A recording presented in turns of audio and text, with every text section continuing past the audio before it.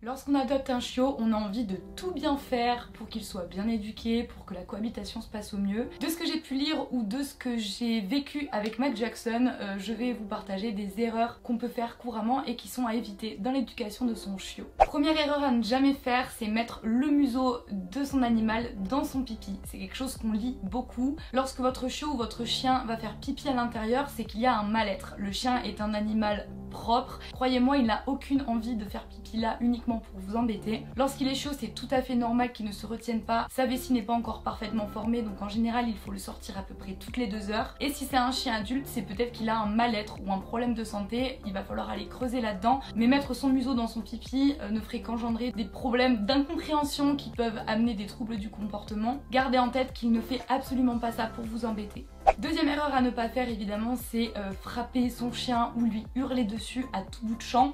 Le chien est un animal qui comprend extrêmement bien lorsqu'on lui parle de manière simple, codifiée, qu'on arrive à comprendre aussi ce qu'il attend de nous. Comme on a pu voir sur cette chaîne, les chiens sont extrêmement observateurs, ils analysent absolument tout, que ce soit nos bruits, nos gestuels, nos intonations, et vous allez voir qu'il ne sert à rien d'hurler ou de frapper son chien pour lui faire comprendre quelque chose, il suffit juste de lui expliquer en douceur avec des mots simples ou des gestes. Les colliers style Torquatus ou étrangleur sont évidemment à bannir. Si vous voulez apprendre à votre chien à marcher au pied, usez simplement d'une arme qui est la plus efficace et la plus saine, la patience. Et gardez en tête qu'une nuit s'est passée, voire une journée s'est passée depuis que votre chien a pu se promener librement. Donc forcément quand vous allez sortir avec votre chien en laisse, il sera tout excité, il marche plus vite que nous naturellement, donc il a tendance, quoi qu'il arrive, à un petit peu tirer. En général, privilégiez les promenades en liberté au maximum, de manière à ce qu'il puisse se dépenser convenablement.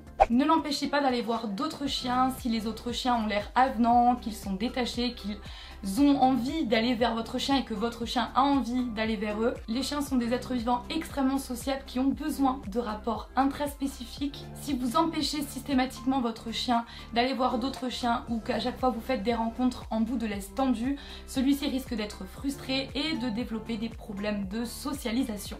Punir votre chien si ce dernier a eu des comportements destructeurs n'est absolument pas une bonne idée également. Si votre chien détruit, bien souvent c'est parce qu'il s'ennuie, c'est parce qu'il a besoin de se décharger. Il a trop plein d'énergie qu'il n'a pas pu dépenser, donc il fait ce qu'il peut avec ce qu'il a. En le punissant, vous n'allez faire que renforcer son mal-être puisqu'il se sentira incompris. Si vous rentrez chez vous et que votre chien a cassé du mobilier, le mieux c'est de voir comment est-ce que vous pouvez vous arranger pour ne pas que ça se reproduise, comprendre pourquoi est-ce qu'il a détruit. Le mieux est d'aller consulter un comportementaliste qui sera le plus à même de venir chez vous, de rencontrer votre chien, de vous rencontrer vous et de déterminer ensemble quels peuvent être les soucis pour pouvoir les régler au mieux.